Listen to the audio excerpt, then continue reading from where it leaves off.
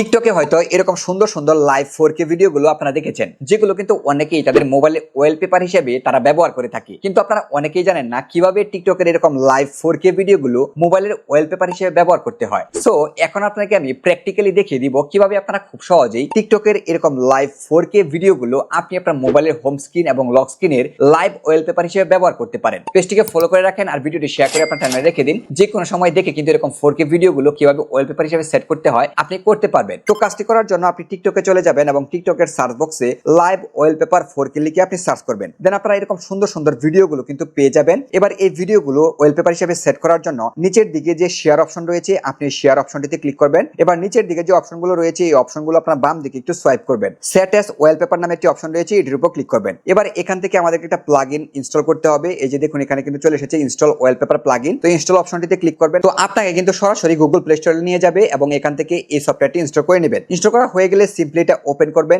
নিচের দিকে দেখুন open TikTok to set wallpaper এই অপশনটিতে ক্লিক করবেন। ওয়ালপেপার গুলো কিন্তু আপনি দেখতে পাবেন। এবার আপনি যে ভিডিওটা ওয়ালপেপার হিসেবে সেট করতে চান সেই ভিডিওর উপর ক্লিক করবেন। নিচের দিকে দেখুন সেট অ্যাজ ওয়ালপেপার নামে একটি অপশন চলে এসেছে, এটির উপর ক্লিক করবেন। হোম স্ক্রিন এবং লক স্ক্রিন দুটোতেই সেট করতে চাই, এজন্য এটি সিলেক্ট করে দিলাম। এই যে দেখুন আমার মোবাইলে কিন্তু খুব সুন্দরভাবে ওয়ালপেপারটি সেট হয়ে গিয়েছে। তো বন্ধুরা এইভাবে কিন্তু খুব সহজেই টিকটকের 4K ভিডিওগুলো আপনার মোবাইলের ওয়ালপেপার হিসেবে ব্যবহার করতে পারেন।